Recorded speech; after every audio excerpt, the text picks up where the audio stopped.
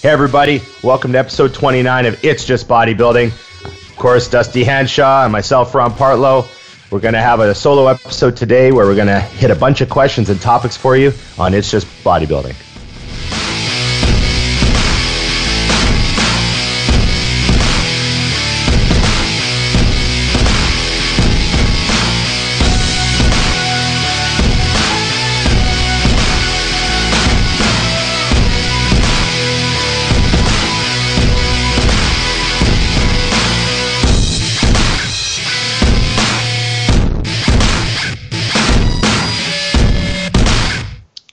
Dusty, was that my most vanilla intro of all time? Well, I think you went vanilla because you're like shaven and what's going on? Maybe I'm just trying to be more marketable. I'm going to start playing top 40 music now and stuff. Oh, wow. I see where you're going with this. Yeah. Trying to reach a broader audience. Forward. There you go. Well, now that we know who our audience is. I got to give you the whole powder. Oh, wow. Oh, you line that same thing up yourself, or did you go to a professional? I just went into the shower with the clippers, and I just went. That seems like a safety issue in the shower.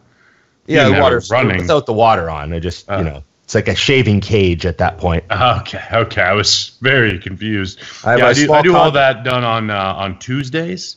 You have a giant house. You probably go shave in the garage, right? I have a system. I shave on Tuesday nights because the cleaners come on Wednesday morning. So I sweep, but there's always these little hairs. Oh yeah, it's fucking crazy how they get everywhere. But they get them. They fucking get them. Yeah. They're unbelievable. That's why they get the big bucks, and I'm over here just an amateur. Yeah. See, I do something totally different. You probably never done this, but I have vacuum. You're right. I have a Dyson. I have like a cordless, Yes. It's like $900 Dyson, right? Holy shit. Best condo one you can get. It weighs like 10 pounds. It's just and so yeah. I just fucking hit the bathroom with that after. It's awesome. Yeah, that's key. Yeah. Anyways, sorry everyone. I needed to know about Ron's shaving technique. No, it's good. Happen. So got that done, tidied up, and it was a good weekend. I had a bunch of people at the gym were like, "Oh, you shaved," and I said, "Well, yeah, my girlfriend's out of town for the weekend, so I'm trying to find a younger woman." Attaboy. Well played. Yeah, and it got a good laugh every time I used it, because when you get like. You're on a roll. You're like, I'll use this all weekend. See how it rolls all the way through? Now, How many were courtesy laughs and how many were real laughs? 50-50. 50-50. Okay, yeah. That's not bad. No, that's because great. You got to remember, Dusty, here's the value in a courtesy laugh. They may still be entertained. Yeah, they just can't commit to a full LOL. Right. You know what I mean? Real LOL. I specify that. Like if somebody messages me something funny, I actually send back and say, I actually laughed out loud. I do that too. I want to let them know because LOL is kind of like fuck off. But when I actually do it, I have to say I spell it. Yes. Yeah. Very key. So hey, we got a big week ahead here. I got to go freeze my nuts off in Columbus. Yes. And you prick dodged it. I don't have to freeze my nuts off.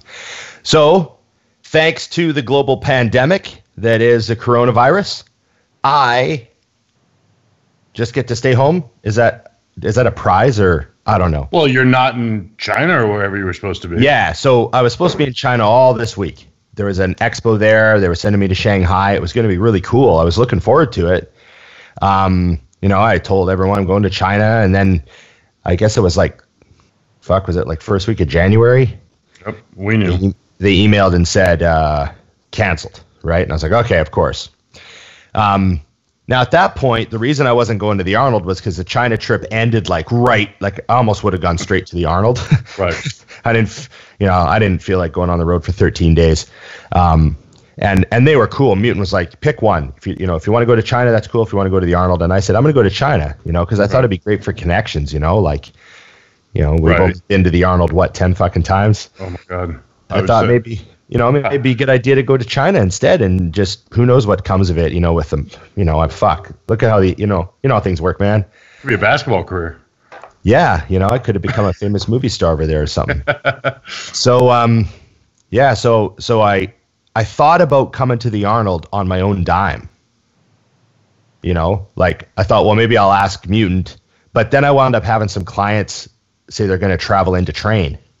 And I was like, Right. oh fuck, I need to hit these guys pretty good, you know. So Right. so I just stayed home and made it a work weekend.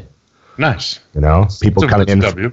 Yeah, people coming in from out of town to train. It's really cool. It's probably one of my favorite things, you know. Got my own gym now. Fucking people fucking coming in just to work out. It's pretty cool. It's funny. I mean, and because I just reached out to you as one of my clients. I don't think people understand the importance of getting those workouts in. So like with my Canadian clients specifically, if they're, up in the Western portion, I try to send them to you just to get a workout or two in. And it's not that I'm trying to get them to follow one workout, but to really understand the intensity, because people don't know. Like, but once you're people who are truly athletes and want this, I really believe they only need to find it once, and then they go, oh shit, that's every workout. Oh, yeah, okay. it's the first time you train, that first time you find that high gear, not talking about the little incremental gears later on, but the big one, the big discovery of it. It's like a monumental experience. Oh, for sure. It's you probably had a few of those in hockey too, where you just went out and you did something and it changed, like maybe won the game for you in hindsight or something, and you just remember those, right? And the first time you train that way, like I remember squatting with this, like, one of my mentors, Right. And I just remember he just kept putting weight on, and you're just getting anxious. Yeah. But you got that anxiety. You're like, holy fuck, because he could squat 5 plates for reps. Right. And I was like a 4 plate for a single kid, right? And he just kept putting weight on. I was like, holy fuck. I kept doing the wraps up a little tighter every time. I'm not going to say it. I'm just going to wrap these tighter. Yeah, I'm not going to say a fucking word. I'm just going to wrap the fuck out of my knees and get under this bitch. So yeah, and then you look back, you're like, oh shit. Yep. And you can never go back. Yeah, no, I told you that was my experience with the guy who was waiting for me to do one set. Yeah. That story. A very similar situation. You're like, I thought I did 6. No, you've done none. So yeah, I think it's awesome that your clients are getting that, and awesome that you're willing to put it up, because for some of us, even for me, there's gyms that would let me do that occasionally, but I'm really respectful of the whole trainers pay to train in a gym. Yeah. Don't go in there and rob the gym. Don't go in there and rob the trainers, and sneak around. It's just one of those things that I think a lot of people that don't own businesses don't understand. Well, I'm just training this one person. You're stealing. Right. Right. And I do have gyms here that let me do it, but I keep it minimal for that same reason. Yeah, the way we handle it at the gym is like, obviously there's people who are trainers. Yeah. And they come in and work out with friends of theirs that are our clients. Yeah. But it's like usually someone from another part of the city who just comes in like every couple of weeks. I see them working out together. Yeah. But it's a legit workout. Like the guy who's the trainer or the girl who's the trainer is actually training. Yeah. And it's like, oh, they're just training. Because, we're all friends, right? Like half of my clients, they consider them friends as well, Mm-hmm. And so there's that. And you can't. So like an example is the gym in San Diego. Yeah. I said to him, I go, how do you work your trainers here? Because our trainers pay rent, right? Yeah. And they can just stand in the gym all day with a clipboard and fucking pull as much money out of that place as they want. Yeah. So, and he goes, oh, we don't have anything. And I was like, what do you mean? He's like, we just have members and they have relationships with one another and there might be money exchanged and that's just none of our business. And handling it this way has brought us all the best pros in the area and all of their clients. And I was like, oh. So that's an awesome, it's actually a really good way to look at it, because on the flip, and this is something that my gym, Independence Gym, is learning the hard way right now. They have trainers who have brought in so many people, they own the gym, not the other way around. Right. Like if I'm bringing in, especially if I'm one of those guys doing group trainings and I've got 70 clients in there and I'm paying you $700 a month, don't piss me off. Right. You know what I'm saying? And I think that that's an interesting place you don't want to get to, where you're dependent on your trainers. Right. Yes. That's interesting as well. So yeah, it's just it's nice. You know, I go in these other gyms and I see what they're doing. Obviously, San Diego has the market for that because there's so many good pros that live there. Oh yeah. You know, Derek Farnsworth has his office upstairs. Yep. For the last 15 years. Oh yeah, forever. You know what I mean? So like it's a certain type of market where you would get these awesome trainers. Like I'm looking in the parking lot at that gym. Yeah. And like all the where all the trainers have their cars parked. Yep. Yeah, they're not hurt. Yeah. No one in there's struggling. Yeah, but the whole gym is like that. It's a really, really great environment. You know, I love that gym. That gym was fucking awesome. It's one of my favorite gyms I've ever been to. Yep. It would be cool to be in an area where you could run a gym that way. Yep. That's a 1 in a million. Everything, all the stars aligned, like you said, for that to work. I mean, same thing I told you about your gym. Like, phenomenal. If I dropped it down the street from here, it would close. Right. I know because what you mean. it just the market isn't there for it. You can't beat an EOS that just opened up for $10 a month if you don't know the nuances that make your gym so much better. My mom's like, this is $10, that's 40. I go to 10. Right. You know what I mean? It's really simple, you know. So it's funny. Thing. What was the quote? I think we talked about it on the show, but now I can't remember where I heard it.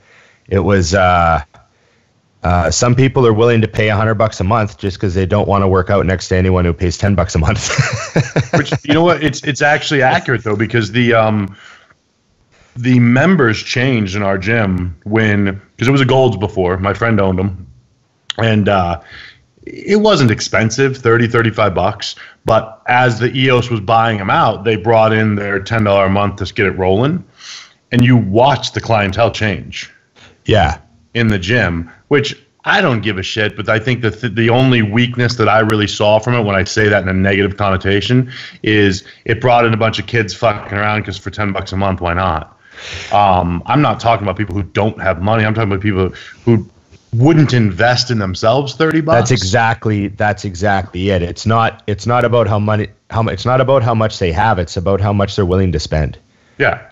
I mean, for the right gym, I mean, I know I told you for a while we were contemplating opening a space for like 20 or 30 friends. Right. And literally like me paying for the equipment and then just saying, okay, guys, this is how much it costs to run the air conditioning and everything every month. Everyone pays their 20th of it and everyone has a key. And like we don't try to make money. almost like a communist co-op. Yeah. If you want in, get in line. If one person leaves, you can jump in on their point of the ownership. which is the only way communism actually works, is in a tiny little organized space. You get 20 Problem people. Was I didn't have 20 people I liked, so I was like, fuck. So then that's I added up my list. And I was just like 7. I was like 7. That's Dusty's main life hurdle. Can't find enough people to do anything with. It's like, fuck, these people drive me crazy.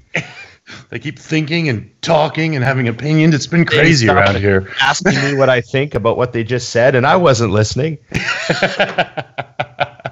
That's good shit. So I don't know if anyone noticed the microphone improvement. I noticed. So we're trying to bring you a deeper, richer sound. Well, like you sound like smooth jazz right there. Smooth jazz. This doesn't work out. I have to have other options. So like, I don't want to do strip club DJ. Strip club DJ. You know?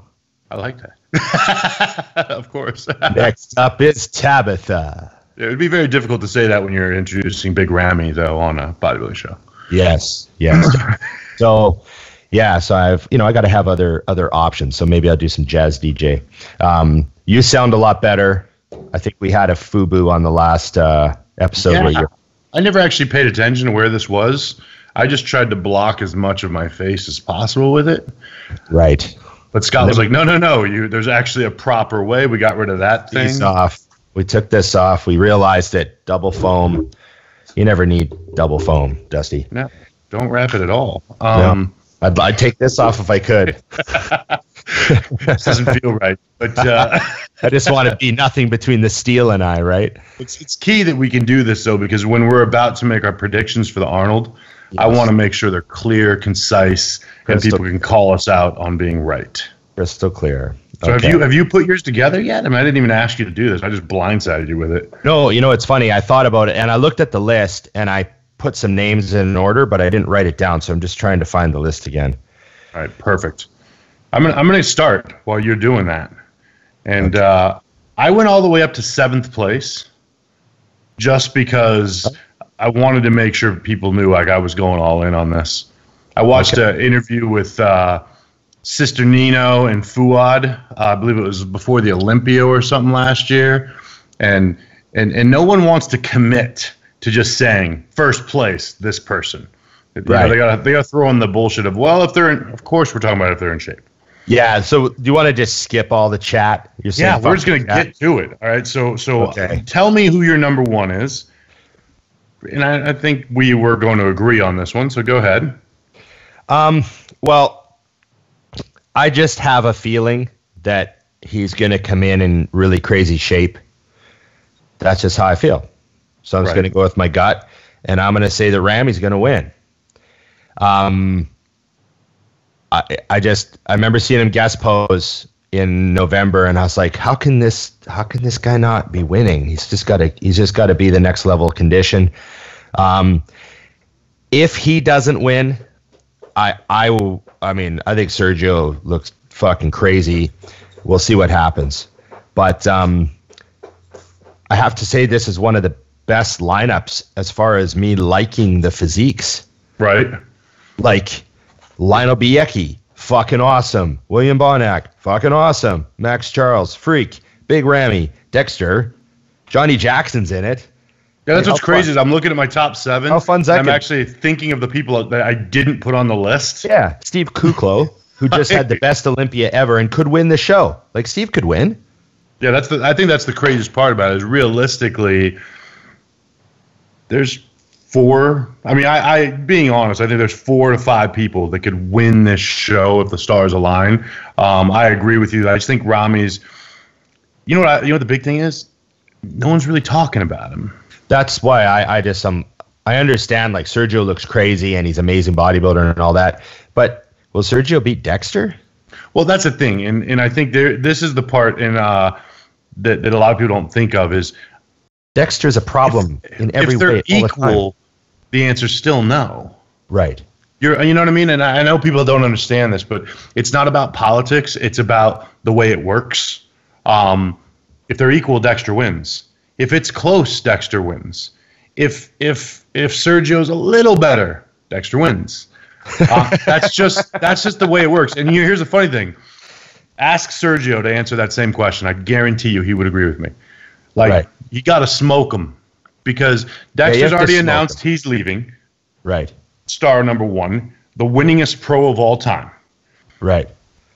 That's all you need to know. If he Sergio's on a rise that's ridiculous. If he takes 2nd, 3rd, whatever behind a Dex, they know next year he can come win. Yeah. Well, we Dexter know won't be there. You know? I think the bottom line on this show is regardless of what happens, we all know where Sergio's going. Oh, for sure. He will win an Arnold for sure in his career, if not in the next 2 years. I mean, come on. Here's the second half here's the second row. yeah, you've only hit half. Sorry, yeah. I gave you 6 people and shut you down. Josh Lenardowitz, top 10 at the Olympia. Yep. Victor Martinez, Arnold champion. You see his pictures from this morning? No. Yeah, he was posing with Kenny Wallach, and I mean, I know it's a picture on Instagram, but he looks fucking good. Oh, I mean, okay. He's not the guy he's not going to come and win. You know, if 07 Victor shows up, this thing would be done. So also, I got to say, I hardly know Victor. I talked to him like a couple times. Right. But his physique is one of my favorite physiques of all time. Mine for sure. My absolute favorite. Really? You're a huge At his fan best? Oh, yeah. The best. His rear double, the way his lats square out. Like, you know, that shot from 07 where he's doing the double by. Yep. The year he probably should have won the Olympia. He did win, and never mind. Yeah. Cedric, who's won the Arnold. Yep. Patrick Moore, the next best thing coming. Exactly. Sergio. And then fucking Akeem, who's just a freak. Like, and don't forget, the Ash is not on that list. Oh, and he's in it. So this list is like, okay, Diasha, and then Rolly. Because Rolly's out. Yeah, because Rolly's out. So Diasha's in. So that's the only edit to this. Yep. And Diasha, in typical his fashion, he's been dieting for 7 minutes, and he's already in great shape. So he's someone who, when I heard he was in, I was like, I don't think he has time. Then I saw some pictures, and I'm like, he doesn't need time. Right. And he's phenomenal, dude. I love Nathan too. I don't know how well you know him, but just Nathan is New York, which I know he is not from New York. Right. What I mean by that is anybody who doesn't like Nathan doesn't like the truth. Right. Because he will tell you what he thinks. You might not agree with him, but that doesn't make him a prick. It just makes him honest. And I love that about him. Like, he's just very black and white. Like, do you like him? No. Okay, cool. So no, he's in the mix. So who do you have in second then? So I have Ramy winning. Yep. Then I have Dexter in second. Ooh. Just because I just feel like Dexter's gonna look. I don't know, man. I just love the idea that fucking gray gorilla back, silverback, whatever the fuck you'd call him, showing up at like his all-time best. Oh yeah, that would be. If he shows up at all-time best, you might find him falling into first, and no one would be stunned, right? I just would love to see Dexter go out on a like, holy fuck, Right. I don't want to see the 7th place at the Olympia Dexter from a couple years ago. Right. I want to see like, holy fuck, what a fucking like standing ovation, just fucking that's what I want to see. Right. And then third place, because everyone's saying Sergio and he looks fucking crazy. Right. I have to say that I'm not putting him third because he looks great. I'm putting him in third because Chris. The aceto factor. The aceto factor. He will look fucking awesome. Right. Everyone else will look great, but I guarantee you Sergio will be like peeled. You're gonna be peeled. He's gonna be peeled. The aceto factor makes Sergio a winner, possibly, but if Sergio doesn't win, it's not gonna be because of him. Right. It's because Ramy's fucking Ramy and Dexter's Dexter. That's what I think. That's kind of what I have a gut feeling. What about you can't leave out, he's got the Cormier factor too. Cormier's been living with him for 2 months. Oh, yeah. So they've been training and posing multiple times a day, every day. Yeah. And posing has always been Sergio's weakness, according to him, which is he doesn't really, his mandatories still look amateurish. So that's not going to be the case. Right. His training's been off the charts. He got, his life is bodybuilding right now. So I got a funny story about Cormier that he told me. Yeah. I don't know if I should. I'll tell it, I guess. It's not really bad about anybody. It's just funny. So remember when funny stories I can't tell about Cormier. But anyways. Yeah. So remember when Cormier went to stay with Pekulski in Florida for a while? Mm-hmm.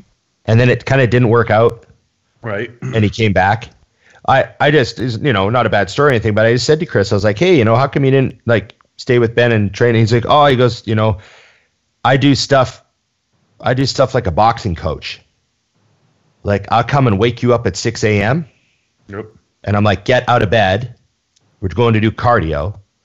And I'll put you on the Stairmaster and I'll run you for 30 minutes on the Stairmaster and make you sweat and huff. And then, that's how we'll start our day. But Ben is so scientific that everything was always about like being optimal all the time. And he'd be like, well, this is not the optimal time to do this, and this is not the optimal time to do that. So they butt heads because Ben was so science-based. Yeah, it would never work. and Chris said, Chris was really like, yeah, I do things not necessarily because of any reason other than they're hard mentally. Right. He's like talked like how he feels like an old boxing coach. Sometimes you have to make the person hard. It's not just about the physique. Right. You're trying to like fucking toughen them up and harden them up. But Ben thought so scientifically that they just kind of butted heads. Yeah, I thought that makes sense. Yeah, it's like Pulaski and Branch. Right. How they did the movie, right? Which is funny because it's accurate. And both sides, what I like about that is both sides are right. Yeah, it's just a personality thing. That's why certain trainers don't gel with certain athletes, Yeah. No, I worked with Cormier for a couple of years, and I would go out to Venice once or twice a month and stay there for 2.5 days, 3 days. We'd train twice a day, and I'd come home. And I remember it was when he was first getting back into like hardcore coaching, and we have some videos which I can re-release now that were up from a long time ago. That we had some fun though, like. He'd be killing me, and I would say, so you never actually won the Arnold? You got second how many times? just why would you keep falling short? I would just dig the hole. See how far it could go. And he'd just push you harder or what? Oh God, yeah, because he knew. I was like, I'll just see if he can kill me. And he definitely gave it a good shot at it. We had fun though, man. It was awesome, and that was back when Venice was still Venice. Yeah, and it was fun to go in there and just kill it. Like just like he said, like one night we were in there and some big, I can't remember who was fighting, but one of the big boxing fights were up, and we went in to train at that specific moment because of it, and we had the gym to ourselves, and I mean. I think there's still echoes of the pain flying through that place. That's a cool story, man. Yeah, I actually kind of forget that you spent some time with Chris because like you don't tell a lot of the stories, but I know you have tons of them. Oh yeah, but we had good times. It's that non-disclosure agreement you have to sign to live with them, right? Yeah, we had way too much fun. Yeah, you got to sign an NDA to go to Chris's house. For sure. So you've got all right. So we got Dex. You got third. So I'm going Ramy, Dexter, Sergio. That's what I'm going. Just fuck it. What do you do? Right. What do you see? All right, well, I'm going pure. I mean, typical me, right? I'm just going numbers. I'm going Ramy. I'm going Bonac because I can't ignore the fact he took second at the Olympia, and that he won the Arnold last year. Then I've got Dex in third because he's Dex. And this is where I'm going to throw you way off the loop. I got Kuklo in fourth. Oh yes, yeah. I can never ignore him because one thing about Steve, and you know this, is when you see him in person. It's just big, and it's put together well. He's polished well. I think he's one of those guys that I feel like Steve is better. Some people are better alone. Steve's better once he stands next to people. Steve. So I think I don't think I've ever. This is a weird thing. I don't think I've ever seen a photo that I thought looked as good as he looks in person. Right. No, that's another example. I know exactly what you mean. I don't know what to say. People don't get it with him. And when you see him on stage, and he's just a big fucking man. He's got fantastic shape. Crazy structure. Yeah, it's just all there, and they keep improving. That's the other thing is Steve is still just climbing up. You know what I mean? So I don't feel risky at all putting him in fourth behind those guys. And then I got Sergio in fifth. Just because I always base it on the facts, and what we know is the Sergio that we've seen in the past, plus 10 pounds. I think that's right about where he could be. So we'll see. I love Patrick Moore. But I think Patrick still needs time. There's just a bit of size for them. You know what I mean? Size. But what I love is he and Chris are in no rush to do it.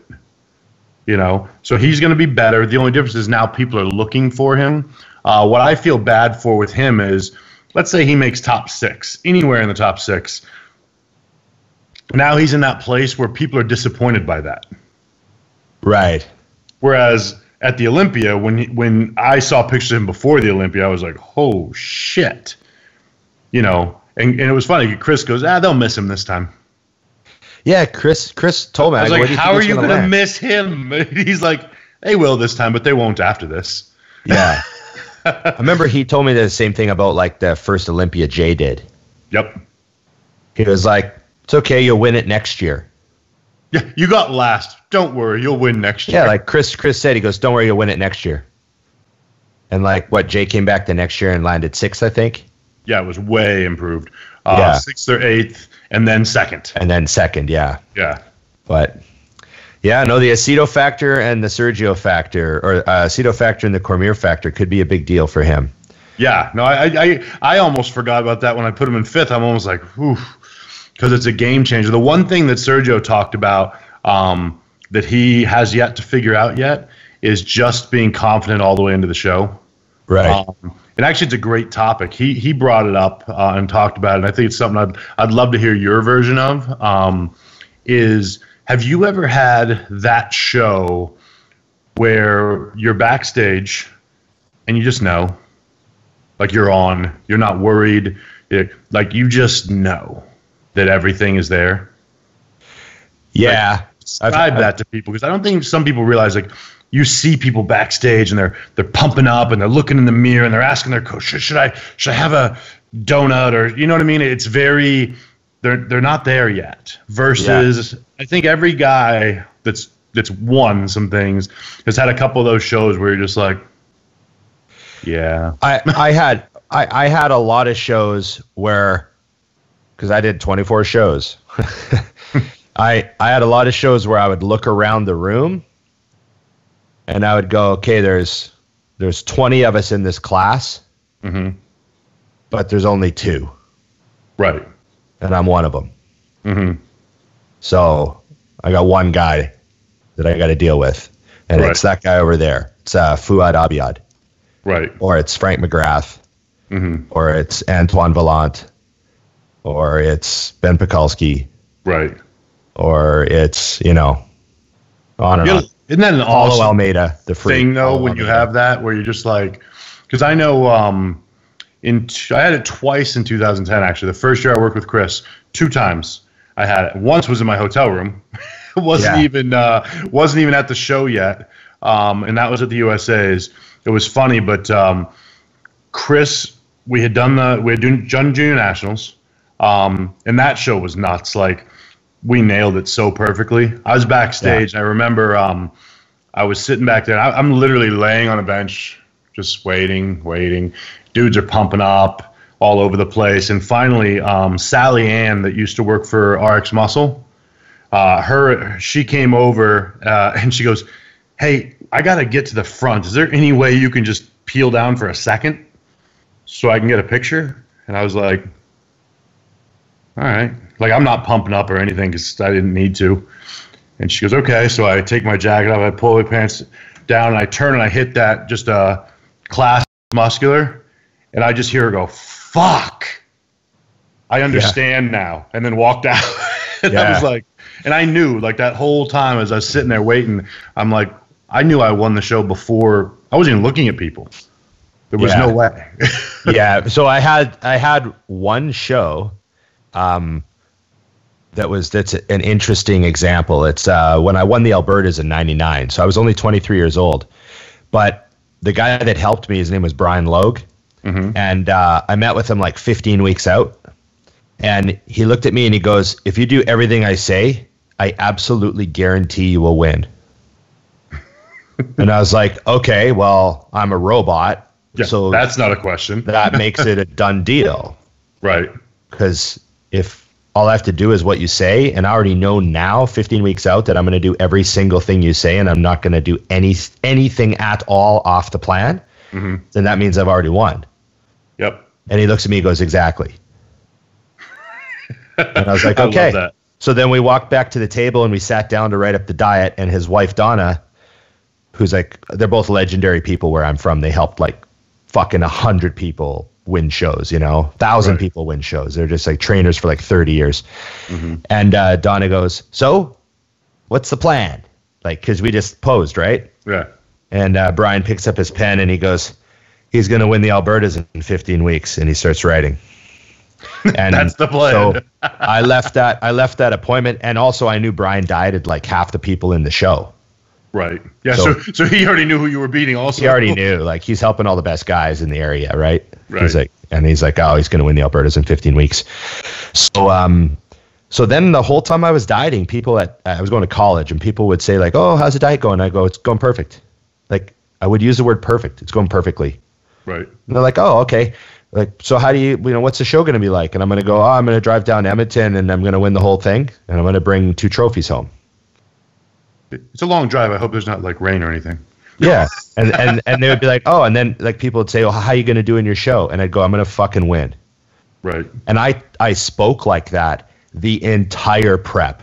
Yep. It was like, I was like, I'm going to win. I'm going to win. And then I ran into a guy in the mall one day, and he's like, "Hey, Alberta's is coming up. Hey, good luck." I'm like, yeah, thanks, man. I appreciate that, Mm-hmm. And he goes, "Yeah, my buddy from Edmonton is doing the show. He's pretty big." And I go, "Oh, yeah, that's cool." And he goes, "I got a picture. I think I can get a picture of him and show you. I'll bring it to the gym." And I was like, "I don't need to see it. Doesn't matter." It really doesn't matter. And he's like, "Oh, okay." I like that though, because people don't get that mindset. Both you had it, and so did the coach. Yeah, I mean that is I preach that to clients. That's half of it. And it is sort of a bit of a, it's a decision to say that stuff. Like it's still you deciding to say that stuff, but the self-talk circles back in, like it's the loop, For sure. And I'm not saying it's why I won the show. Maybe I was good enough to win the show even with a negative attitude. Right. I'm gonna lose. I still won. Yeah. Like, who knows? But it sure makes life easy when you're just confident, relaxed. I was like, I'm gonna win this show. I just fucking fully believed it. There's still moments where you're like, fuck, hope it works out. Yeah. But and then I remember after prejudging, I was going down the stairs, and I ran into the guy that had won it the year before. Right. And so, I thought I won, but I still wasn't sure about the overall. Who knows? Like, some middleweight might. Yeah, you haven't watched everybody, yeah. Oh, and he saw me on the stairs. He's like, "Oh, so that was pretty easy." He just like told me, like, he just destroyed everyone. I was like, "Oh, fuck." But that mindset is, if you even have that once, it's an amazing experience, right? Oh, for sure. I think that's the fun part of it. I think, did Chris ever tell you about his experience with Chris Cook when he told him that? When he, so basically the quick story for everybody is Chris Cook had won the super heavyweight class twice at the USA's and hadn't won the overall and wasn't able to turn pro. And they only gave one pro card. Yep. So he called up Aceto after winning, but not winning, and said, "Hey, can you help me for nationals?" And Chris said, "Sure, it'll be $3,000 or whatever it was." And Chris Cook goes, and $3,000, it's a bunch. And Aceto goes, "Well, if you don't win the overall, I'll give it back to you." Yeah. Yeah. Like, and to me, that's all it takes. You're like, and it's not about actually knowing you give the money back. It's knowing when someone believes that. Yeah. I just got to do what they, like you said, I got to do what they say. Yeah. Everything's going to be fine. And going from Hani to Aceto was a huge change. So I think that gear shift in his head that took place was important, because if not, it could be very weird going to Chris, who's like, what do you have in the cupboard? Yeah, take that. That's fine. Versus a chemistry experiment. Right. So yeah, no, it's a cool mindset. I'm excited to see who brings that now for, because that's something that like a guy like Dexter has, that he always has. Like, Dexter knows if he's going to do a show, he's going to look good. And if he's going to do a show, he can win. So I got another story that is sort of a little bit related. It was a show that I had no fucking idea what was going to happen. It was the 07 Nationals, which was a year I won the super heavies. And that was the first year I competed against Ben. Right. So Ben was like this kid with crazy legs, and he showed up and he had like this ridiculous legs. Like they were the same size they were by the end of his career, right? Right. They're just nuts.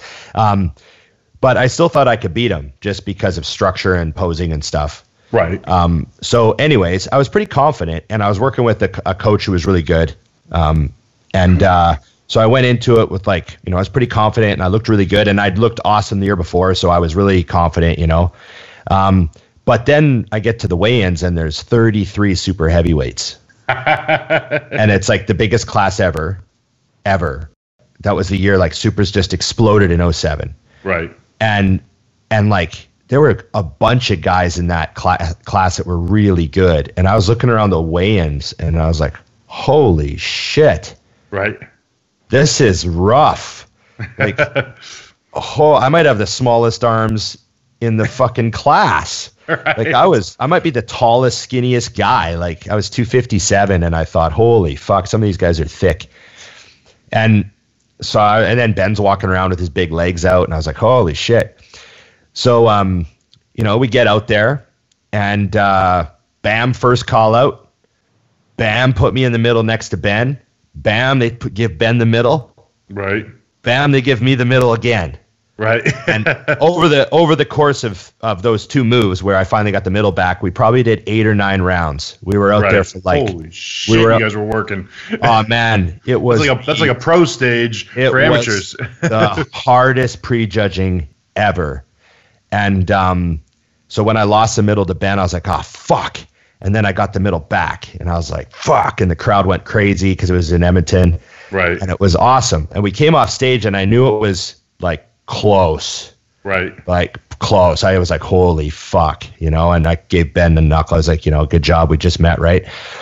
And I'm backstage and we're all backstage, super heavyweight's the last class. So everyone's kind of left, Yep. And I grabbed my towel. And these photographers came backstage and they came past everybody straight to me and they go, can we get a back double bicep?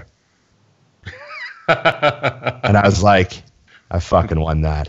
Yes, you can. Did a back double and they took some pictures and then I hit some more shots and then they went over and they got some other guys. Right. Yeah. And I was like, okay, I fucking won that. I'm going to win that class tonight. Yeah. They made sure they came to you before you left as the sign you needed to know. Yeah, it was like a moment of like, holy fuck. Right. It's so crazy how long you were winning. You know what I mean? Like if you think about it, like 07, you won your class at nationals. 07, I had gotten ready for one show at that point. I got 4th place at the Emerald Cup in 06, I believe it was. Yeah. Who had beat me in 06? It's just a funny thing to realize. Like the people don't get that battle for bodybuilding anymore, like, or what it means, because everyone wants that quick shot. And I think there's something to be said for those years of getting there that also puts you on the map. If I could have done, if I would have come in 2011 where I was at say 3 weeks out, I think I could have won the 2011 Nationals.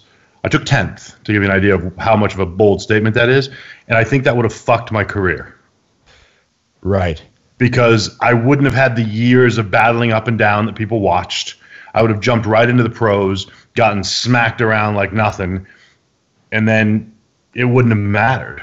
There was no storyline to it. You know what I mean? I say that all the time. It was funny. I remember when Pekulski was in town a couple of months ago for his seminar. Yep. And we went for steaks across the street here. And we're sitting at Earl's eating steaks. He doesn't eat carbs anymore, apparently. And he said to me, he goes, do you have any regrets about bodybuilding? And I said, I wouldn't change a fucking thing. Right. And he goes, that's fucking awesome. And he smiled. He's like, that's how it's got to be. Yep. And I was like, because if I would have turned pro in 07 that year, we didn't even have Instagram yet. Yeah, no, it would have been a completely different. It was just Facebook. And that was back when you were putting like a quote in your fucking status every day on Facebook. Like it was a different Facebook. I was putting song lyrics in my status, Right. That was a different era. Like it wasn't the Facebook that, became the ad monster and all that. It wasn't what it was, So, it's not like you could use that. YouTube was only 2 years old. So fuck. Yeah. It's harder. It would have been a lot harder to be a pro back then. You would have actually had to win shit. Yeah, you had to do what they used to do, and that's what confuses a lot of the guys now who want to fight it. It's funny. It's a good transition, so I'm going to just use it now because that's a question, and I know we've answered similar questions, but I really still like it. And let me make sure I've got it right here. Do you think the rise in social media has had a positive or negative effect on bodybuilding? Well, I think it's had an immensely positive effect on my bodybuilding. Mm-hmm. I mean, I'm a social media, well, I only have fucking 42,000 followers. I'm just a social media bodybuilder now. I mean, that's really what I'm retired pro, but like without social media, like fuck, what I'd just be training and running a gym, and well, how could you run a gym without social media now either? It is funny when you start to work, you're like, we used to do this without. Start to work. Yeah. Like Jesus Christ, paying 30 grand for radio ads. Fuck me. So like social media is the savior of everything I'm doing. Right. No, I agree. So I can't bitch at it too much. And yes, there's been some negative stuff, but all the negative stuff has kind of just been because we've drawn a whole bunch more people into it. Right. So you're going to get a wider spread of people. So you're going to get certain personality types that maybe you weren't getting before. That's all. Or you didn't know they were there. Or you didn't know they were there because they were a small number or whatever. Yeah. But it's just, I don't know. The Gary V, I don't know, you watch Gary V, right? Yeah. Yeah. So you know how he's always like, don't hate the process. You got to embrace it because it's inevitable. Yeah. You know how he talks about don't fight inevitable shit. Yeah. Yeah. It's just, I try not to bitch about it because what are you going to do? But there's been negative stuff, but I think generally it's been awesome. I think the negative that people are talking about is things I don't really work with because I don't pay attention to shit I don't like. Well, that's another thing too. So like if you choose to sit there and stare and follow the asshole, then that's on you. That's an addiction to watching shit. You know what I mean? Like, so for me, I'm not really affected by the things other people do. And for example, like when I see a kid in the gym that's taking up space on his phone, I just ask him to move. Right. Like, I don't have to be a dick. But if you're not using it, or hey, I'm going to work in with you, or whatever it's going to be, but I don't really give a fuck what you're choosing to do with your membership. Yeah, you don't complain about them. Like, I don't care. Like, same thing. Like, I see people post things all the time, like bashing at people in the gym or this and that, and I'm like, why? Like, he's paying his membership. He's here. As long as he's putting his shit back, and not putting me in danger, do your thing, dude. Like, you know what I mean? And if you are in the way, I'll just tell you. Yeah, I need to use that machine in a respectful way because you're sitting there on your fucking Instagram, which, by the way, since you're doing that anyways, film me. I got to do this set. Like, I think the only part where people get confused on this is they think that social media has changed bodybuilding. Well, my entire life is paid for by social media. Everything I do. Yeah. I don't know my clients in Singapore. I haven't met them. Yeah. But I got them through social media. So the key with me is don't let it affect what you do. I put up those videos this morning. My training partner's been in and out. My video guy's going through some shit. Long story short, I've been going to the gym solo. I bring a tripod that I don't even adjust. I don't move it. Whatever height it's at, I look at it. Okay, I'm kind of in that. Perfect.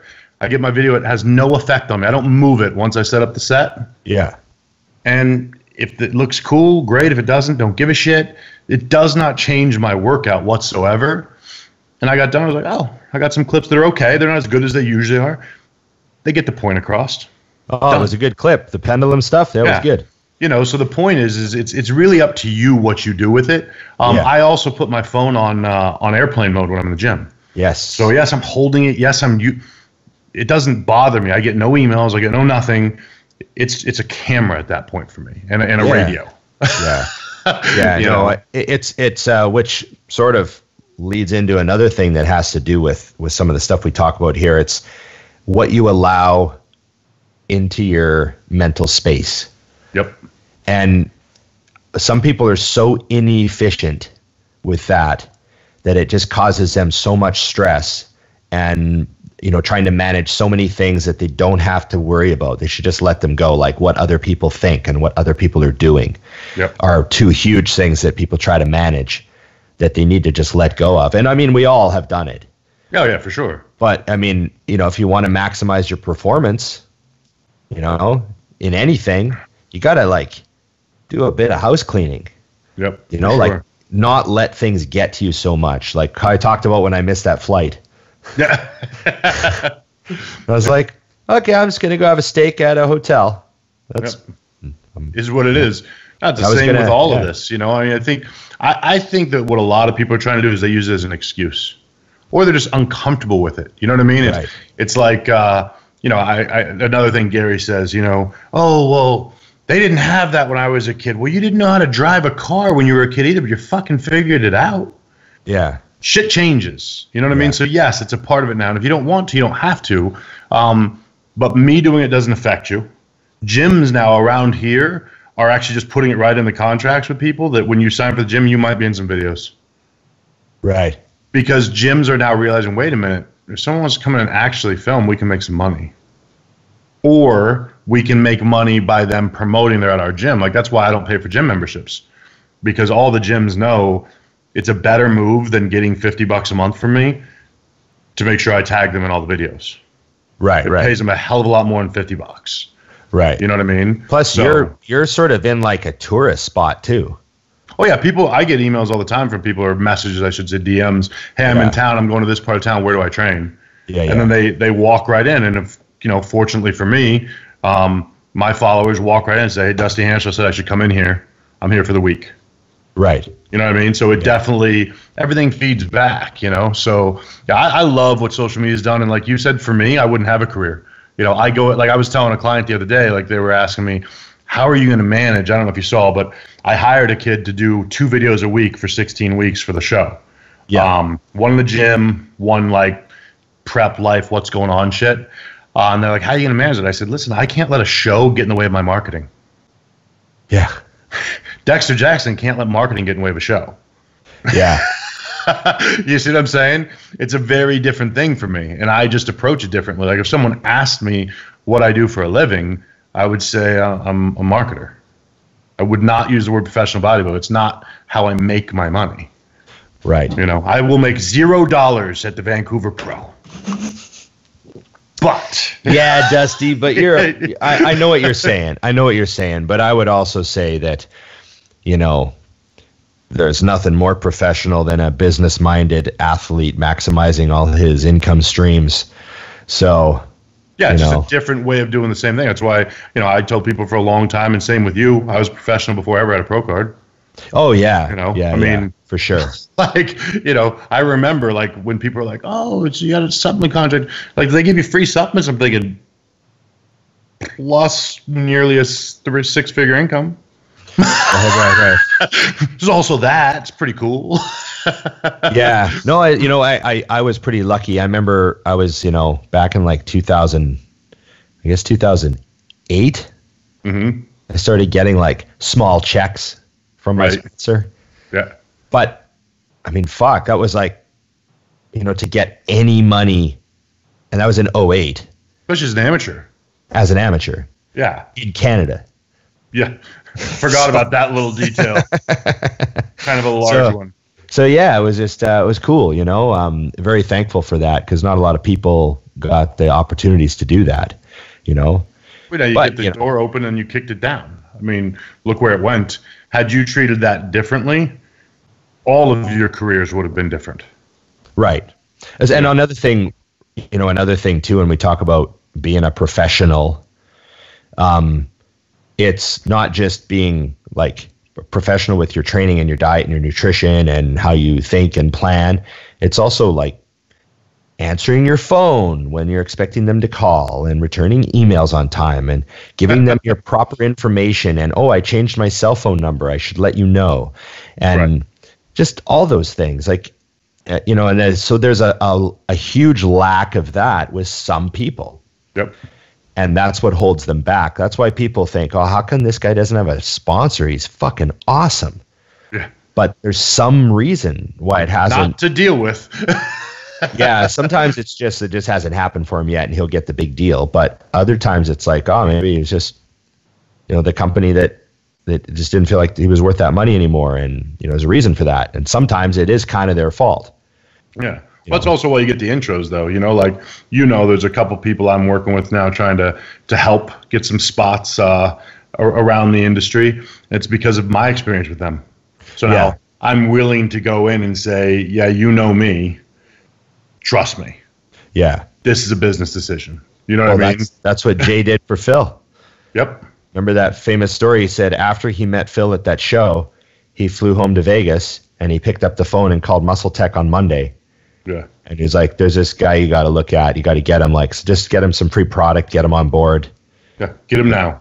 Trust me. And, so that was it. Phil Heath was on with Muscle Tech.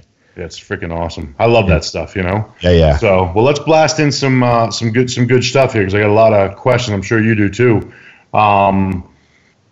Okay, this one's actually nope. I actually had one that there's specifically. Here we go. Outside of bodybuilding, so having nothing to do with bodybuilding, what is your biggest regret, or do you even have any?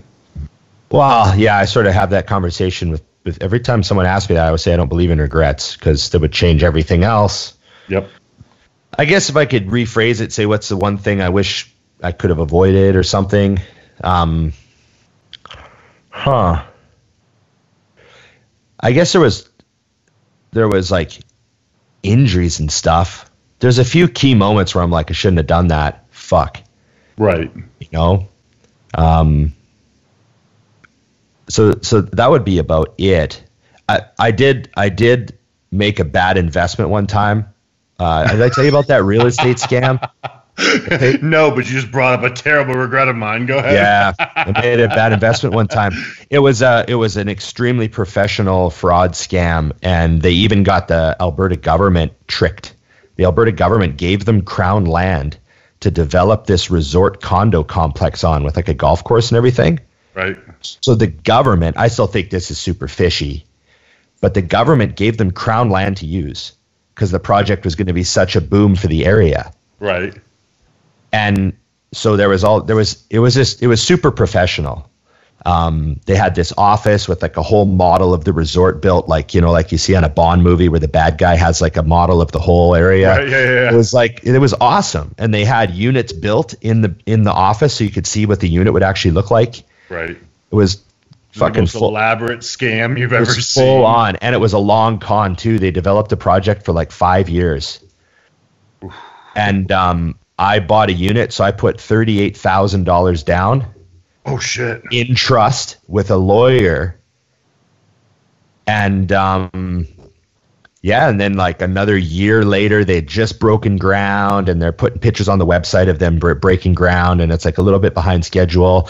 Right. Things start dragging on, and then I start asking questions, and then I find out other people are asking questions, and then we contact the police, and next thing you know, that woman and her accomplice are gone. And then the police tell us they have, she's got a couple of different passports, we think. And your $38K is gone. Yeah, but you know what? I was nothing because we met with like a group, all the people that got scammed. We met up, and there was some old people in their 60s that lost $500K. Which is basically their entire life. Yeah, it's their life savings. Together. Yeah, they don't have time to get it back. They bought like penthouse units, like a couple, like a really nice penthouse unit, and then another unit that they were gonna like rent out and let their kids stay in, and all this shit. Right. Like they got milked, and she had gone on cruises with them. And dude, that's when you know you're just a sick fuck. Like you're sharing drinks with people that you're scamming, and you know it the whole time. Because she got a lot of travel points because she got all these travel deals because she had roped so many people, right? Right. Like she had pictures on her wall of her with like politicians at dinners and shit. Well played. Yeah. So, anyways, whatever happened? Whatever happened? Now I got to look this shit up, dude. You know I'm gonna Google this. Oh, that's a great story. So it's a terrible story, but yes. She befriends these old people. They start traveling together. They go on multiple cruises together with this travel club. And then they invest more comfortable. Yeah, she's fucking, man. She worked people, and So anyways, the cops tell us, well, your money's gone, and we'll try to catch her. Or she just disappear? So about 10 years go by, right? I forget about it. About 10 years go by, get over it. I pay off my line of credit, whatever the fuck. I just ate it, right? Yeah. As you do, you just eat 38 grand out of the fucking nowhere, So, yeah, it's fucking whatever. I'm still winning. So that was the greatest line because you're so fucking bitter. I love it. so about 10 years later, I'm walking my dog, and I come back up, and there's a card. Well, I got to tell the whole story. I get a phone call, and it's someone saying, oh, this is Constable so-and-so from the RCMP, and we want to talk to you about a fraud case. And I'm thinking, at the time, there was people on the radio that were saying, oh, there's all these people calling around saying they're police and they want information on fraud. And they are fraud. Yeah, and they're scammers. Yeah. And you know how you just kind of like hear stuff on the radio, you're like, oh yeah, and all of a sudden it pops in your head when this guy's talking to me, and I'm like, oh, it's a scammer. Yeah. Because like fraud case from 10 years ago, I've never been involved in any, me fucking, And so I'm like, hey, listen, I know this is a scam, so you can just fuck off. And I hung up on him. Right. So the next day I get another call, and it says unknown number again. And I answer it, and it's like, oh, it's Constable Sir for the RCMP. I called you yesterday. And I'm like, listen, I'm not talking to you. If you come and talk to me if you want to talk to me. And I hung up on him. I'm like, I'm not talking. This isn't. I'm not just accepting a call from some scammer. Right. So I come home from the gym that day, and there's a fucking card in my door. His card. His card. I'm like, oh, fuck, okay, he's a cop. So I call him up. I'm like, what the fuck is this, right? Which one of my old degenerate friends did something, and somehow my name, it was my number in his phone. Like, what the fuck? What do you mean fraud case? I don't know. I don't know what you're talking about. So I call him, and he's like, yeah, I've got to come and subpoena you as a witness in a fraud case that took place in Edmonton 10 years ago. And I go, what are you talking about? And he goes, I can't tell you anything. I have to come and subpoena you. I'm like, okay. So I give him my address, or he's got my address. He says he's going to swing by. So I tell Emily, I'm like, if I don't come upstairs, it means if I don't come back, it means I've been arrested. Yeah. So I take my wallet, right? I take my keys. I put on some clean underwear, took a piss, had a shake. I was like, okay, I don't know. Like I literally did. I pounded a shake. I was like, I don't know what the fuck's happening, right? This guy might be coming to get me. So I go downstairs. I'm all ready. Got my jacket. And he pulls around and gets out. And I'm like, he's got his fucking big subpoena in his hand. And he goes, it's for this woman, Marie Laframboise is her French name. Yeah. And I just go, oh, no way. You're like, yes. He goes, yeah, she got arrested. She's being charged with like fraud over whatever the fuck it is, $1 million or $2 million or whatever it is. 29 counts of fraud. There's 29 people that were in on that complex, or 39 people. I can't remember. Right. And so he got an earful from me, man. I told him the whole story, and I was just fucking letting go. Because I had him, he was kind of laughing. He was like, holy fuck, this guy's pissed. Yeah, well, no shit. Because he doesn't know the story, right? Right. He's just delivering a subpoena. So he goes, what happened? And I go, oh. And Sit down. I just fucking hit him, but I was swearing, and I was dropping C-bombs, and, and that's cunt for those who aren't paying attention. Yeah, and he goes, I go, so what's going to happen to her? And he goes, I don't know. She could get 10 years. She could get less. And I go, really? Less? And he goes, yeah, she could get a couple years. I don't know. It just depends. And I was like, holy fuck. And I go, it's just not enough. And he goes, well, what do you want her to get? And I go, well, I want her to die in prison. And I want my fucking money. Me? And I go, yeah, so I guess, 5 years will do if she picks on the wrong inmate or the right guard. And he just looked at me and he just goes, fuck. Fair enough. Well, think about this, though. Like, let's just think about this logically and why people think that's so crazy. Let's say she gets 2 years, but she knocked off people for $3 million. Oh, yeah, and they never got the money. Well, then she fucking won.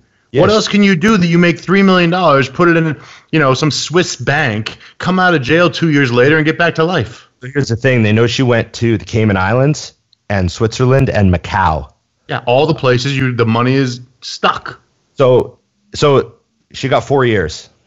Yeah. So think about it. For most people, how many people listening to this show are going to clear? Let's just argue based on the people that lost 500,000, clear $3 million in 4 years of work. Yeah, clear. Come on now. She's going to go stay in a camp for 4 years as a white collar woman criminal. She's not going to be in the fucking San Quentin. Yeah, it ain't what you're thinking. Yeah. Oh. She's going to some. She's like, see ya. It's like the really nice prison at the beginning of Orange is the New Black, where they all have their own bunks. No one's getting beat up. Yeah. Trust me, anybody there's throwing any punches on any ankle. So, think about that though. Like that's why those situations, I'm like, you gotta bury them, because if not, what's the lesson learned? I would argue. I mean, if I don't have a soul about fucking people, I would argue good move. Yeah. I didn't make $3 million in 4 years with my most recent business move. No, she's in 4 years. In 4 years, when she gets out, money will have matured while she was in there. Once she gets her hands on her money, I'm not sure how that works. I mean, she's got numbered accounts and shit, so there's passwords memorized and all that sort of shit. Once she gets her hands on her money, she's ahead of me. Yeah, exactly. It's fucked up. So yeah, she wound up getting 4 years. So I wound up not having to testify because so many of the witnesses were subpoenaed and agreed to come that she just pled guilty, right? Yeah. So yeah, I guess that's the one thing that I can't believe I fucking, happens to people though. I can't even call that I guess it is a regret, but it's not a mistake even. You know what the funny thing was I was sitting in the interrogation room you see on TV?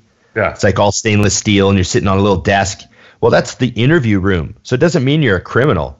Like that's just what the rooms they have. Yeah, so I was in nicer stuff. Yeah, I was in that room for like an hour and a half with the detective. He asked me like a million questions. I told him fucking everything. And also too, I got a pretty good memory. So I was like describing, he was like just writing as fast as he could and using a tape recorder. And it was like, it was pretty funny. And then I remember afterwards he told me, he goes, "You have been unbelievably helpful and we still will never get her. And I'm going to sue you for carpal tunnel." Yeah.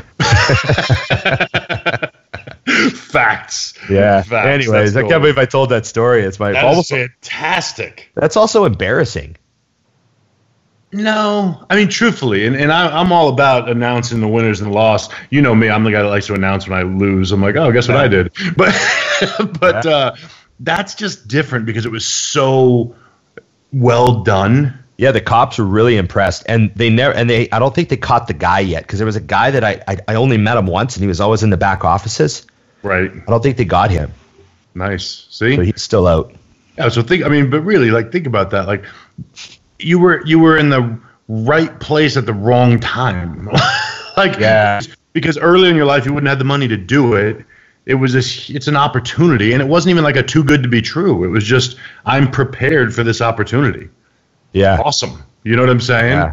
Yeah. So, well, what do you got for another question? I want to keep these bad boys rolling. Oh. I gave the last couple, so I can give you more if you're not prepared. You didn't give me your biggest regret. Oh God, I can make mine a quick version. Yeah, do a quick. So the quickest regret I have, and I use this when I'm talking to people about business and in bodybuilding, is I always suggest that you get ultra focused when things are going very, very well. We tend to take our eye off the ball. Like if you're working with a client, for example, and things are shit, you're asking for pictures every day. You can't figure out what the fuck's going on, and you're on it, and you figure it out, and you conquer.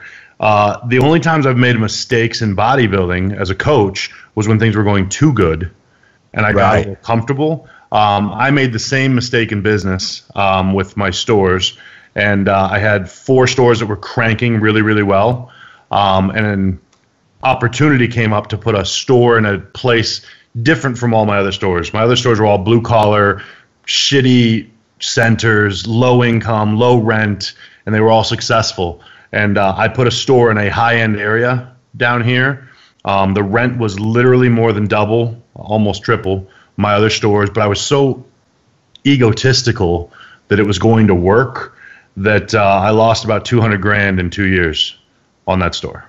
Oh, wow. So, and that was one of those things where when I stepped back, it was stupid, like from jump, because when you know what you sell and you know your profit margins and you know these things, you know that even if it works, it probably won't clear as much money as another shitbox.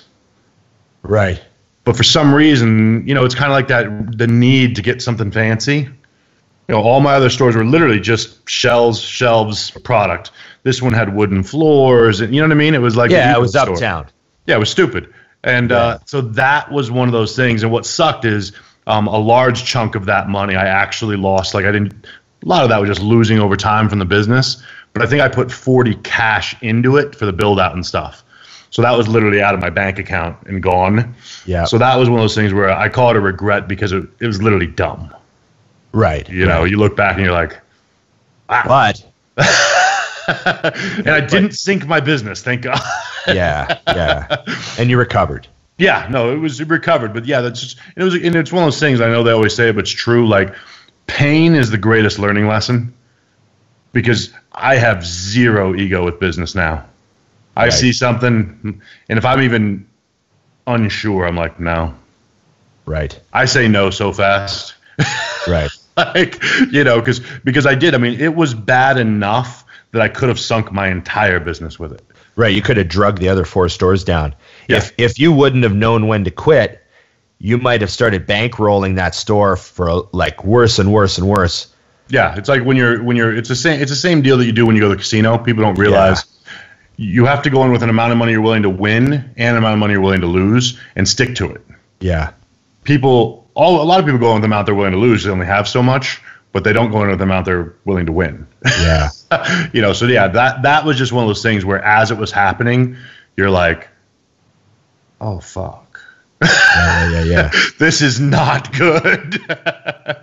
So yeah, live and learn. But mine was definitely more of a mistake than. I like how you found a way to make my 38 grand feel very small.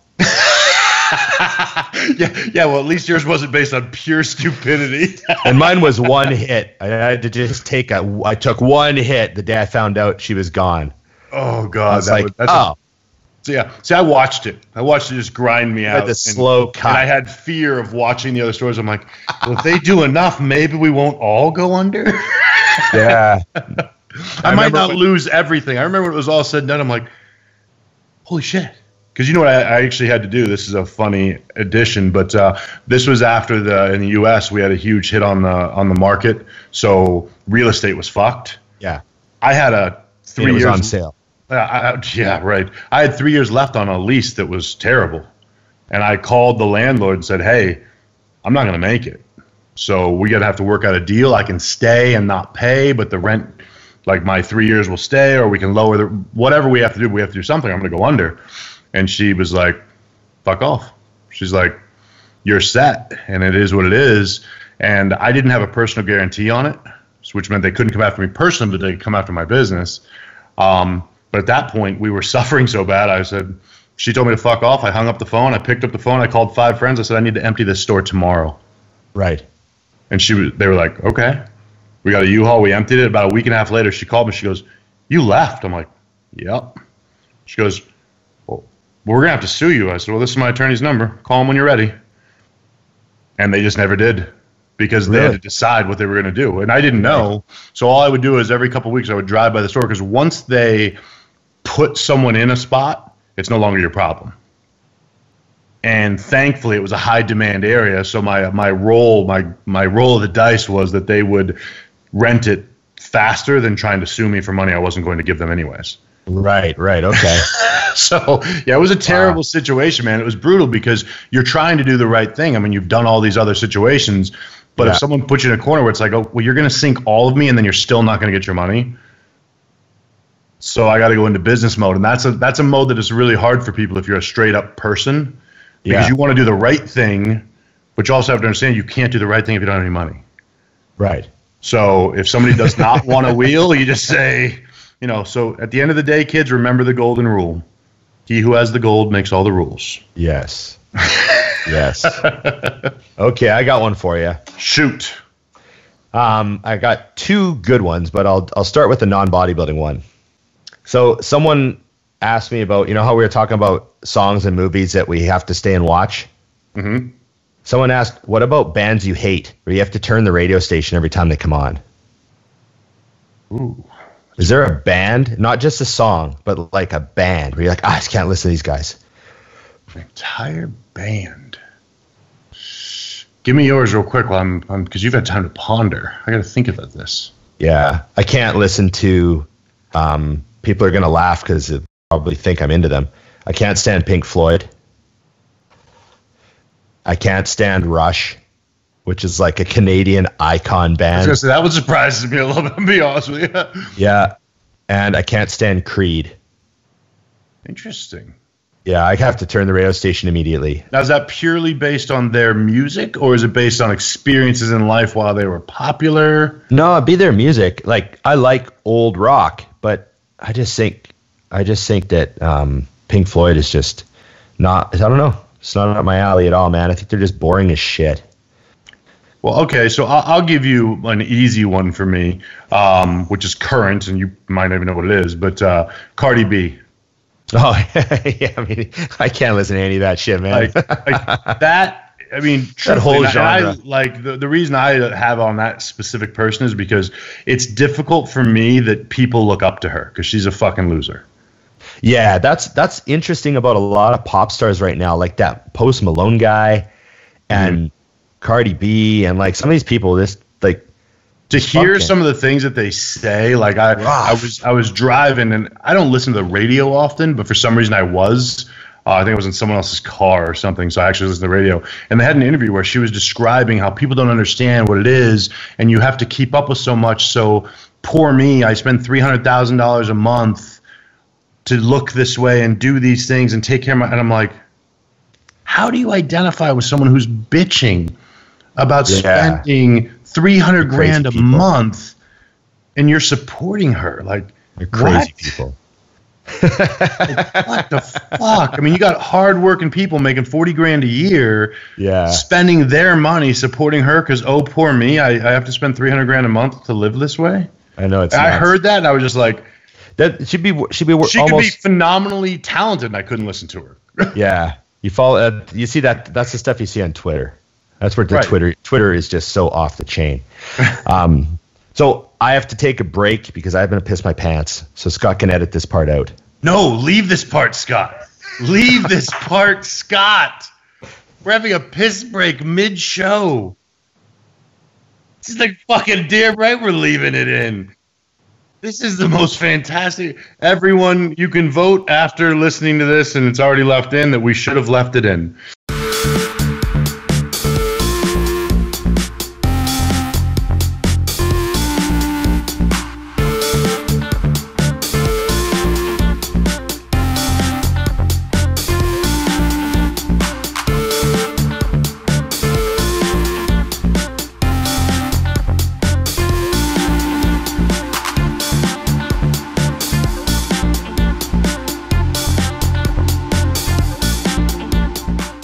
Well, so we voted, and there were three of us. You voted that we were editing that out, and the other two of us voted it stays. You are out on a 66.6%. That's funny. Vote. Well, votes are important. That was one of those 1 liter peas, where you're just standing there, like almost like a Family Guy joke. Yeah, but you're also like, then you're kind of in a hurry because you're trying to get back. Yeah. You know the deal. But you got to stay relaxed. Yeah. All right. So here we go. I got more because I feel like I'm just prepared today, man. I got a really good one after you. So go ahead. Okay. But we're gonna keep these tight. Okay. Give me a travel horror story from bodybuilding. Oh, travel horror story. And if you need time to think, I'm already loaded. Okay. Well, I guess the one that comes to mind is the first time I went to North Americans. I met you? Sorry? 14? Was that when I met you in 13 or 14? No, 2009. Oh, geez. Yeah, well before me. Yeah. 2009, I went to my first North Americans, and we didn't buy the ticket until a week out because I was hoping I'd win the Canadas. Right. But I lost the Canadas by 1 vote, 5-4. So I came off stage and I was like, holy fuck. And Cleveland was 1 week after that. Right. So I got on the internet that night. I called Chad. I called Chad Nichols, and I was like, got second. He's like, holy fuck. He was pretty disappointed. So I was like, I just bought a ticket to Cleveland. And he's like, okay, let's do it, you know. And but because I bought tickets late, there was only like, you know, one flight I could get. It was connecting in Toronto. So anyways, I get on my flight. We're out on the tarmac, and the fog is so thick that we can't take off. Right. So we sit on the tarmac for like an hour waiting for the fog to clear. So by the time we take off, I know I'm going to miss my connection in Toronto. Yep. So I land in Toronto, and they're like, yeah, there's no more flights today going to Cleveland. Right. But we have a flight to Raleigh, South Carolina, and then I can put you on a plane from Raleigh to Cleveland. Right. Which is like a huge waste of fucking time flying all the way to South Carolina. Or right. Yeah, Raleigh in North Carolina? Yes. Yeah. So anyways, so I sit around the airport for like a couple hours, get on my flight to Raleigh, fly all the way to Raleigh, which is like 4 hours, land in Raleigh, and I'm stuck in Raleigh for like a 5-hour layover. Oh, God. So by this point, it's like Thursday night, and I have to get to Cleveland like real fast. So I've already sent emails saying like I'm going to be late for weigh-ins and all this stuff. Yeah. So anyways, I come in, and we land in Cleveland. I guess it would be like 9 o'clock at night. Right. And we're flying in, and we come around, and we come down to land, and the pilot pulls up. Did I tell you this story? No. And we circle around over the lake because it's Great Lakes there, right? So I don't know which lake we're above. I can't remember. A great one. But we fly around, come back, come down. Right at the last minute, he pulls up again. This is a fucking joke. So he comes on and he's like, sorry about that, folks. We got a little problem. Our landing gear isn't working. That's kind of a big problem. It's going down, but I can't steer. So I have no steering. So we're going to pull around and we're going to land, and I'm going to slam on the brakes. So be ready for like, you know, a really strong landing. Right. And we're like, oh, fuck. So we fly way out over the lake for like a long time. And everyone's like, why aren't we circling around to land again? And then I thought, I'm like, oh, he's dumping fuel. Right. That's what I thought. He thought he's dumping fuel because we don't want to land with any fuel in the tank in case there's a fucking fire. Yeah. So, because I think that's something they do. I was like, oh shit. So anyways, that's what I think we were doing. We pull back around, and because we flew around in circles for like 40 minutes. So we were also waiting for fire trucks and stuff, because we pulled back around and the runway's lined with fire trucks and foam trucks with the big tanks on them. Holy shit. And I'm like, oh shit. Like, so this is a part where I might die. Okay. They brought the cavalry. And so as soon as we landed, he just slammed on the brakes, and it was like fucking 5 Gs. And then it took an hour for them to tow the plane, because they have to tow it with a tow truck. Right. But it's not a tow truck. It's like one of those little... Yeah, the little cart trucks. So they towed the plane with that. It took an hour to get to the terminal. And they had the AC off. So I'm sitting in there. I am so soaked. You could see through my T-shirt. It was like a sauna. It was over 90 degrees in that plane. And everyone was like, holy shit. And I'm drinking. And then I got to piss. Right. And they tell me I can't get out of my seat. And I'm like, I'm going to piss. And she's like, you can't get up. And I'm like, okay, well, I'm going to pull my dick out. I'm going to piss in this jug. Yeah, we have to make a choice, lady. And I was like, that is literally the choice I have to make. And she just looks at me and goes, fine. And I fucking got up and pissed. Jesus fuck. And so anyways, by the time we get to the hotel, it's like midnight. And so anyways, I get everything all straightened out, and everyone was super cool and helpful. But I get to the hotel super late. I look like garbage. And I check my weight on the scale, and it's like 10 pounds lighter than I'm supposed to be. Oh, God. And so Chad's telling me to eat and all this stuff. It was just a nightmare. You know, it was a really, really tough show to try to pull together. And I didn't look my best for it. I looked pretty good, but it was a tough show, man. That was the probably the worst trip I ever had. Oh, God. Yeah, that's a tough one, because it's not just the day. It's now your entire prep, essentially. Oh, it's like all that time in the airport's like, you know, it was a long day. It took me like 16 hours to get to Cleveland. It was supposed to take, straight down. Yeah. Oh. Should have been 6. Okay. Yeah. Yeah. So actually, you were part of my shitty travel experience. You weren't with me, but 2 years ago, maybe 3 years ago, I was getting ready for the California Pro, and we went to Germany. Yeah. And I fly into Germany. I get there, and while I'm waiting for my luggage, I bought a cooler for all my chicken and all my steak, froze it, checked it, so we were all set. I get off the plane, and I want to get one of those little carts. So I see some of the guys that are working there that are obviously like the whatever the hell they're called, the leche in the country. And I said, hey, is there any of these cart things that don't take cash? I don't have any of your money. And he was like, oh, yeah. So they show me where to go. I walk down. I find one with her credit card, get a cart, come down. I'm rapping with them. Everything's cool. They're asking what I'm there for. Give them the whole scoop. Oh, there's my shit. Grab my bag. Grab my cooler. As I'm walking out, I literally look at those 2 guys I was talking with for 30 minutes. I'm like, see you guys. And another guy comes out. Whoa, what's in the cooler? Oh, it's chicken, steak. Can't bring that here. Yeah, I can. Done it before. In a cooler, just like this. The guy is a complete fucking prick. I don't know if I resembled the guy that stole his wife, banged his sister, what it was, but he gets to the point where we're now in the...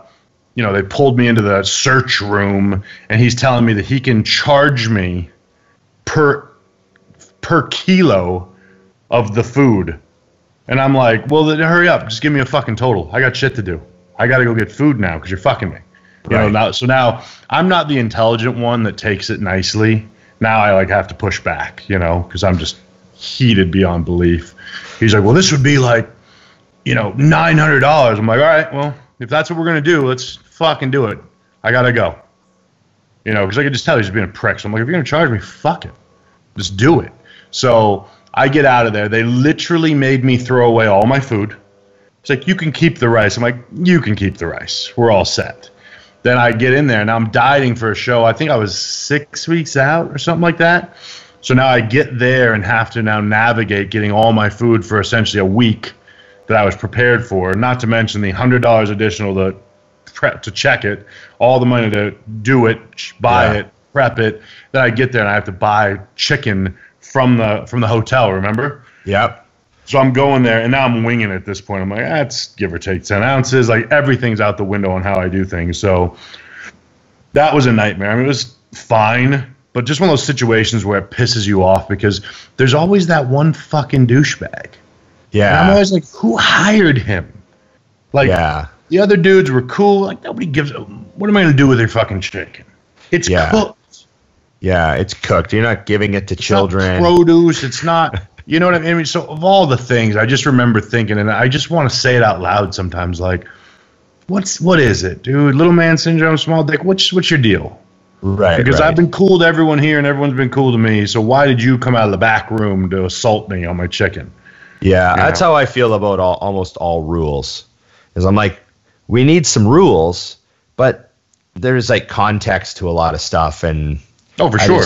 Needless enforcement of certain things. It's like, the rule about bringing chicken and beef in has to do with like mad cow disease and other people eating it. Yeah. It's like bodybuilders are just so technically exempt from like anything about sharing. Right. Yeah. That's It's not like- good. Joey doesn't share food. It's like you could catch a bodybuilder with almost anything, and I guaranteed it's personal. Yeah. This is mine. We don't share stuff. Yeah, no, So- it's true. That was one of those situations because I obviously I go to Canada all the time, and there's certain things you do know. Like when you come from overseas into the U.S., like if you've got a banana from the plane, throw it away. Yeah. But that's like that stuff and I do look things up. Like if I went into a country and I know that's the rule, I'm not going to try. Yeah, like when I went to when I went to England in 2015, I knew that beef was exempt. Yeah. But I took chicken and turkey. Yep. Because they weren't exempt. I looked at the website. You know what I mean? Yeah. So- You just look up what you know you can get through. But the problem is they're in a powerful position. They can still fuck you just because they want to. Yeah. You know? I came home once from a long trip, and I was waiting for my bag, and the girl with the lady with the agriculture dog, she came over, and the dog sat right next to me. And she's like, "Oh, I got to check your bag." So I grabbed my suitcase off the belt because I had my carry-on, and that's what the dog was hitting on. Yeah. So I grab my my bag, and we go in the back, and she opens everything up. And in my carry-on, there was like a quarter of a chicken breast that wasn't eaten. You left a bite. Because I fell asleep on the plane, right? I just didn't finish my food. Right. And there was like two spoons of rice.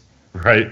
She goes, "What's this?" And I go, "Oh, it's the meal I didn't finish." And then we were landing, so I had to just put it in my cooler because it started descending, and I was like trying to fill out my customs form, and Right. and she's like, "Oh, you realize I could fine you $1,000 for illegal importation of meat, and you didn't declare it because I put no food on my thing because I just wasn't thinking. I was like, I don't Right. have food with me, Yeah. you know." And she goes, "You put no food and you have food, $1,000 fine." And I was like, I fell asleep on the plane. I was supposed to eat that meal like 3 hours ago, and she was just such a bitch. So she took. I had 3 glass Tupperware containers. Right. With a real nice, the ones you buy at like IKEA with the pop tops, 3 glass Tupperware containers. And she goes, "Well, I'm going to have to throw your dishes away." And I was like, "What?" And she's like, "Well, they're contaminated. You didn't declare your food." And she threw them in the garbage. And I was just like, "Fucking bitch." And then she was like, "You have anything else to say?" And I was like, "I guess not. I just think that was kind of unnecessary." Right. Yeah, I didn't get mad at her or anything, but I just told her, I'm like, this was so unnecessary. Like, why would you treat someone like this? Why would you like, just, is there no context to anything you do? You know? Yeah. That's the point of rule. That's what I always say. Rules are put in place so you can enforce them when you need to. Yeah, like it's like, would you treat a little kid like that if he had a fucking half a cookie in his pocket? Right. Yeah, exactly. Arrest him. Fucking didn't declare your food. Like, Taser. fuck. I live in at that point in time, my whole life was revolved around meals. It's just a second nature, you don't think, I don't have any groceries with me. Yeah, exactly. I wasn't thinking about the bite of food I forgot that I didn't eat. Yeah. So yeah. Okay, I had one for you. Shoot. So this had to do with training. Nice. So I have a client. Well, I have many clients who are kind of in this area. And then you made a post this morning, and there was a little bit of chatter with me and JP on there. Right. And it had to do with a little bit more volume on the warm-up sets. Right. Which essentially it's still, I know, philosophically different from straight-up volume training. But on paper, that's how volume training looks. Yeah. Right? Yeah. So if people ask me all the time, they're like, if you couldn't, if you had to train volume, how would you do it? Right. Like, would you cut back on the amount of failure stuff you do? Would you cut back on the rest pause? Would you just focus on hitting failure on the last set with no forced reps? Like, if you were doing 16 sets of body part, how would you think about it? Right. I mean, for me, it still would fall back to the exact same thing, which is that there's one set that's the set. Yeah. So the example you left that I put up this morning was I decided to do sets of 10 on all my warm-ups, knowing that I was going to end up with 6 plates, so one plate increase at a time. So I was going to end up doing 50 reps before I started training. What I call training, which means I'm going until I can't go. And you know that's going to probably slightly drop your reps on the 6 plates. For sure. Yeah, but for sure. Still, we're willing to make the trade-off because the overall volume would make up for not having a spotter? Yeah, well, because what it is I knew full well on a movement like that, like I actually tested it, and I was like, I don't think I can get out of this if I get buried. Like I can get out of a hack squat. It has a blocker. I can't use it because I go too deep. I would hit it every time. Oh, okay. The Atlantis one, because I'm tall. Yeah. I put the Atlantis one to the top hole, and I have to like curl my butt to hit it. Yeah. See, this one it just has a piece that you can flip up or down. You have one option. It's there or it's not there. And all the way down with me resting my ass on my heels, I'm not hitting it without it. Right. So I was like, and I knew I'm like, okay, I could sit down here and breathe and wait and probably get it back up, or someone would come save me. But I don't like to have that shit in my brain when I'm going for a set. I need to know I'm getting this rep. Would you ever do the jump sit? Yeah. Maybe you've seen me. Not athletic. When you get to the bottom, if you can just get a couple inches of height, you can pull your feet out and sit. Yeah, I don't think that's really feasible with 6 plates on the fucking Humbler, but yeah. But no. So the whole idea was, all right, I know I'll probably leave a questionable rep. Like no two ways about it. I got 8 reps on that. If I had a spotter there, even with the exact same warm-ups, I would have said I'm getting 10. Right. Because they could have squeaked me through the last 2 reps. I knew I grinded out the 8th rep, and I'm like, pretty sure I won't get 9. Yeah.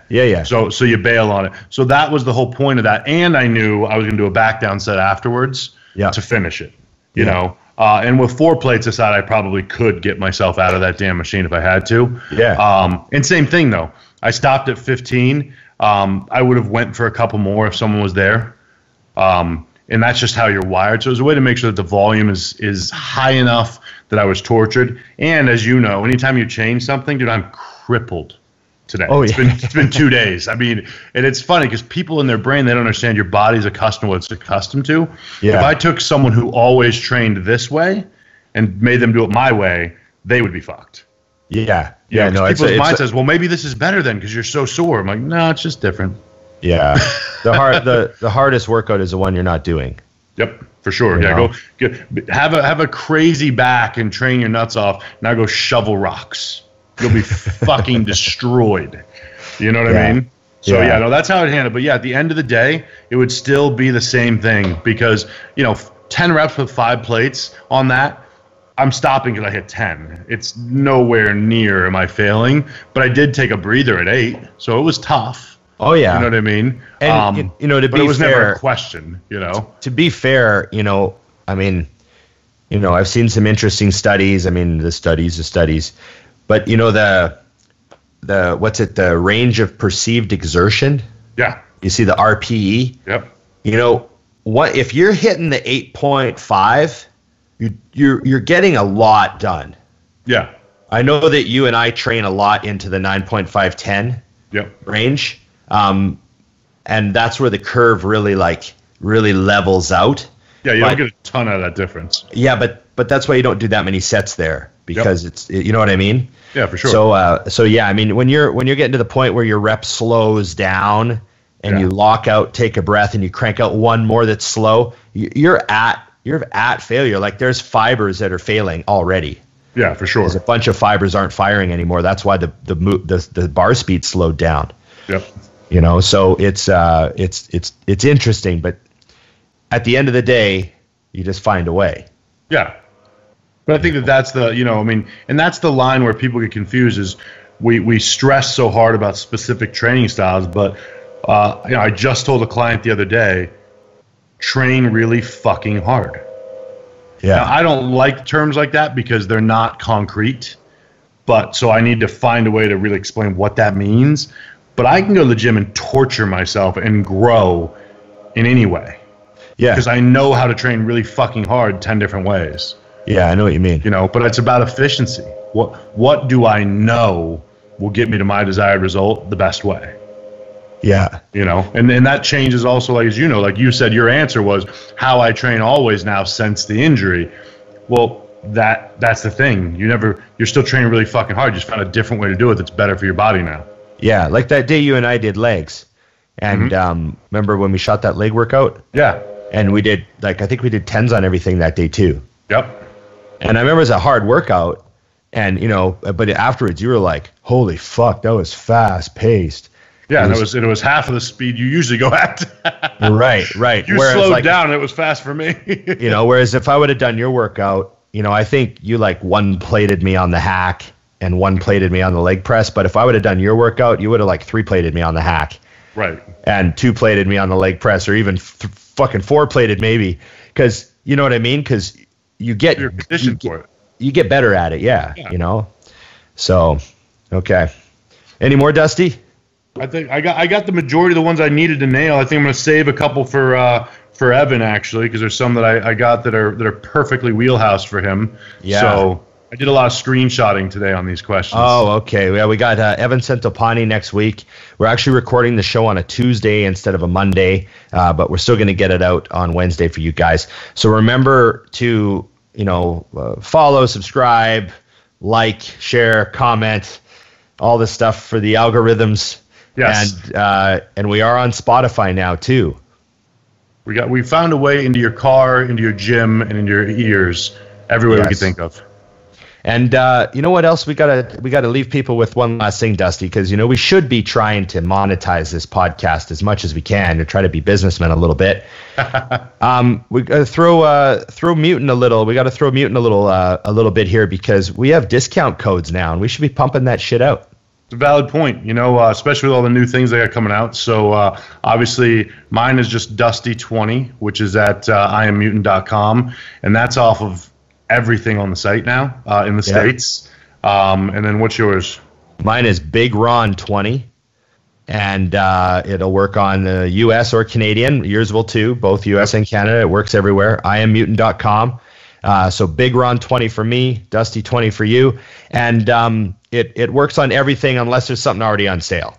And by the way, little heads up for you guys. I'm gonna let out a little cat out of the bag. You should pick up their new product Gear. Oh, yes. Spelled GEAA.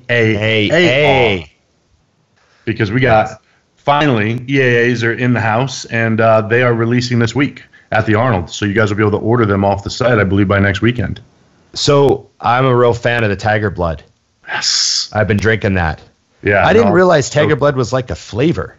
Like, yeah, I've heard of it, but I didn't know that either. I just thought it was a flavor that people made up for drinks. Well, so I saw to, like Snow Cones Tiger Blood. Right. See, I saw some other brand had a product called Tiger Blood flavor. Right. And I was like, oh, they made up that name, like calling it like bazooka flavor or something, you know? Right. Yeah.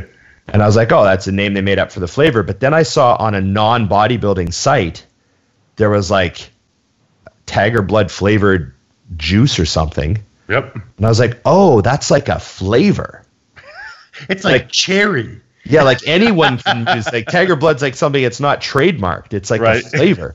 And then I asked someone, what is that? And they're like, oh, they said it's really popular. This is what someone told me. They said it's really popular in the South. And it's sort of a fruit punch with a bit of coconut. Right. Yep. And I was like, I mean, it's about accurate. I never really realized what the flavor was either. Like I said, that's how I started having that flavor was as a kid in St. Louis. They had Snow Cone Place. As a kid? Yeah. I never heard of it. Yeah. I didn't even think about it. I was like, Tiger Blood, red. I want red. Yeah, kind of a U.S. thing maybe. I don't know. Maybe it's a U.S. thing. Yeah, so it's just funny. But yeah, I love that flavor. So I've been pounding that all week. Okay, yeah. Dusty 20, Big Ron 20. Save some money and make sure you're following us here. Yeah, you bet. Thanks, everybody. And remember, it's just bodybuilding.